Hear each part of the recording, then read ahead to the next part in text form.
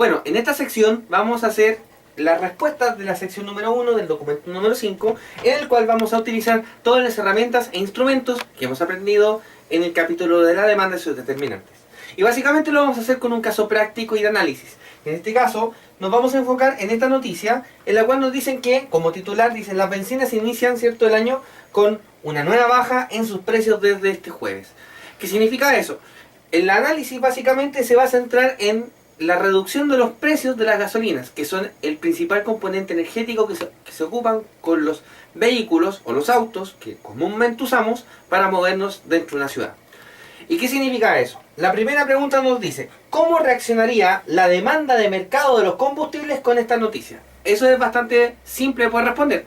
Como vimos en el video de la demanda, sabemos que los consumidores responden, o digamos sus necesidades, o su forma o su comportamiento de demandar o de consumir productos se basa en la ley de la demanda, que nos dice que a menores precios mayor consumo y viceversa, a mayores precios menos consumo. Por tanto, en este caso, como los precios bajan, sabemos que por ley de la demanda el consumidor va a tender a aumentar su consumo, ¿ya?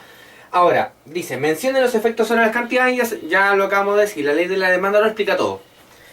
La pregunta B nos dice, ¿la noticia representa un movimiento sobre la curva o un desplazamiento? Y en este caso, estamos hablando respecto a lo que vimos en la pregunta A. Por tanto, estamos hablando del mercado de la bencina.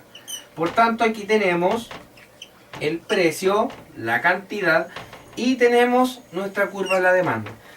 Sabemos que los desplazamientos se dan por factores que están fuera del modelo o factores exógenos.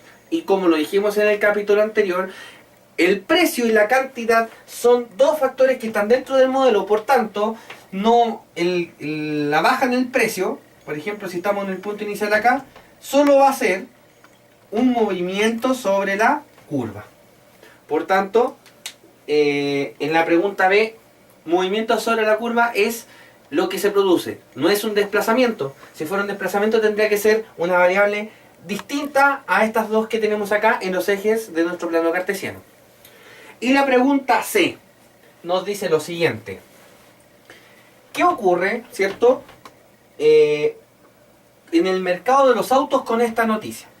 Como bien sabemos, ¿ya? Por eso lo podemos complementar con la pregunta siguiente que dice, ¿qué determinante sería la bencina para dicho mercado? En primer lugar, ya vimos 5 determinantes, ¿ya? Y una de ellas, la que se aplica para este caso, es la del precio del bien relacionado. ¿Por qué?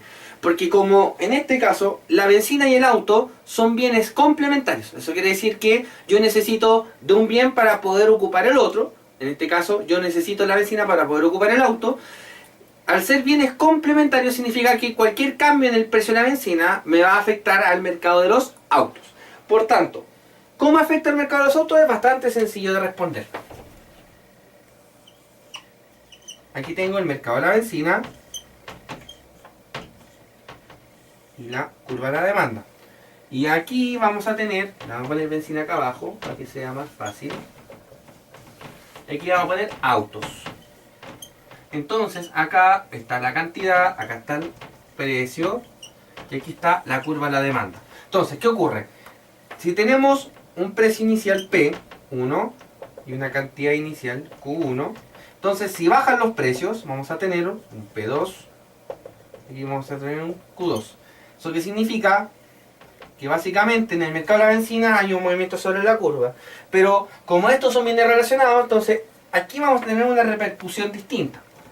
El precio inicial en el mercado de los autos es P1 a una cantidad de Q1.